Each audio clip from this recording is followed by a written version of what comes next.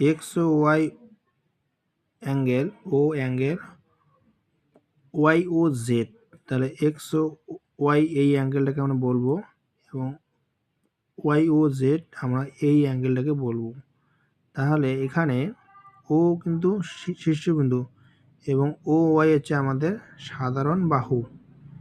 এখানে কোন দুটি সাধারণ বাহু ছাড়া অপর বাহু দুটির সাধারণ বাহু ওয়াই এর অপর কি বিপরীত পাশে অবস্থিত, মানে এক্স ও ওয়াই এবং ওয়াই ও জেড এই কোণ দুটি কিন্তু এখানে আমরা যে দেখতে পাচ্ছি সাধারণ বাহু ও ওয়াই এর বিপরীতে, অর্থাৎ একটি এইদিকে আর একটি এইদিকে আমাদের অবস্থান করছে। তাহলে এক্স ও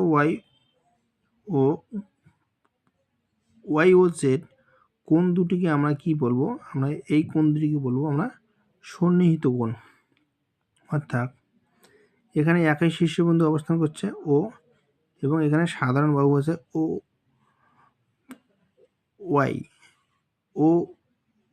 ওয়াই যে সাধারণ বাহু তার বিপরীত দিকে কিন্তু কোণ দুটি অবস্থান করছে। তার জন্য আমরা এই এক্স ও ওয়াই এবং ওয়াই ও জেড অ্যাঙ্গেল দুটিকে আমরা সন্নিহিত কোণ বলতে পারি।